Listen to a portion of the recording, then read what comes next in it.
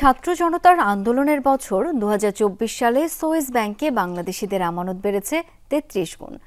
টাকার অঙ্কে প্রায় 8,500 কোটি টাকা। 2023 সালে সুইস ব্যাংকগুলোতে বাংলাদেশিদের হিসাবে জমা ছিল 1,77 লাখ সুইস ফ্রা। 2024 ডিসেম্বরে তা দাঁড়িয়েছে 58,95,00,000-এ। এর আগে 2 বছর কমেছিল এই হার। সুইজারল্যান্ডের কেন্দ্রীয় ব্যাংকের বার্ষিক প্রতিবেদন বার্তা দেয়, আন্দোলন, রাজনৈতিক অস্থিরতায় বিপুল পরিমাণ অর্থ সরিয়েছেন বাংলাদেশিরা। মোস্তফা মাহমুদের রিপোর্ট। শ্রীলঙ্কা আবারও রপ্তানিতে শীর্ষে।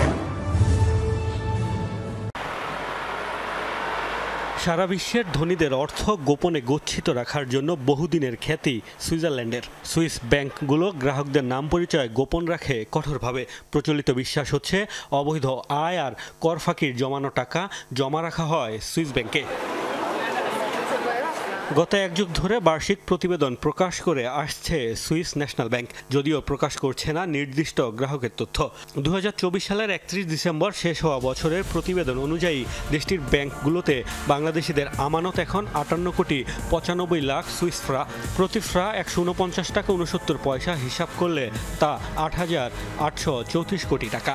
অথচ আগের বছর অর্থাৎ 2023 সালে এটি ছিল মাত্র 1,77,00,000 সুইস ফ্রা, বাংলা টাকায় 264 কোটি টাকার মতো।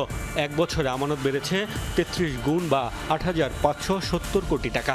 অবশ্য এই উল্লম্ঘনের কোনো কারণ উল্লেখ নেই রিপোর্টে। 2021 সাল পর্যন্ত ধারাবাহিকভাবে বেড়েছে বাংলাদেশিদের আমানত। 21 সালে আমানত বেড়ে দাঁড়িয়েছিল 87,11,00,000 সুইস ফ্রাতে, যা ইতিহাসে সর্বোচ্চ। এরপর নজিরবিহীন গতিতে অর্থ তুলে নেন বাংলাদেশিরা। 2 বছরে 11,000 কোটি টাকা কমে সর্বনিম্ন পর্যায়ে নেমে যায় আমানত। 2 বছর টানা যে আমানত কমেছে তা হঠাৎ এত বেড়ে যাওয়ায় প্রশ্ন দেখা দিয়েছে।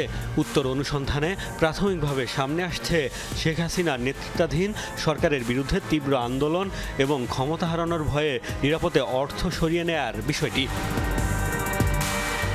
সুইস কেন্দ্রীয় ব্যাংক জানায়, যদি কোনো বাংলাদেশি নাগরিকত্ব গোপন রেখে অর্থ জমা রেখে থাকেন তবে ওই টাকা এই হিসাবে অন্তর্ভুক্ত হয়নি।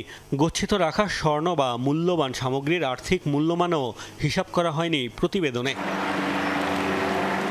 বিশ্লেষকরা বলছেন, সুইজারল্যান্ডে গোপনীয়তা কমতে থাকায় অনেক ধনী এখন অবৈধ টাকা জমা রাখার জন্য ঝুঁকছেন Luxembourg, Cayman Island, British Virginia Island কিংবা বারমুডার মতো ট্যাক্স হেভেনের দিকে।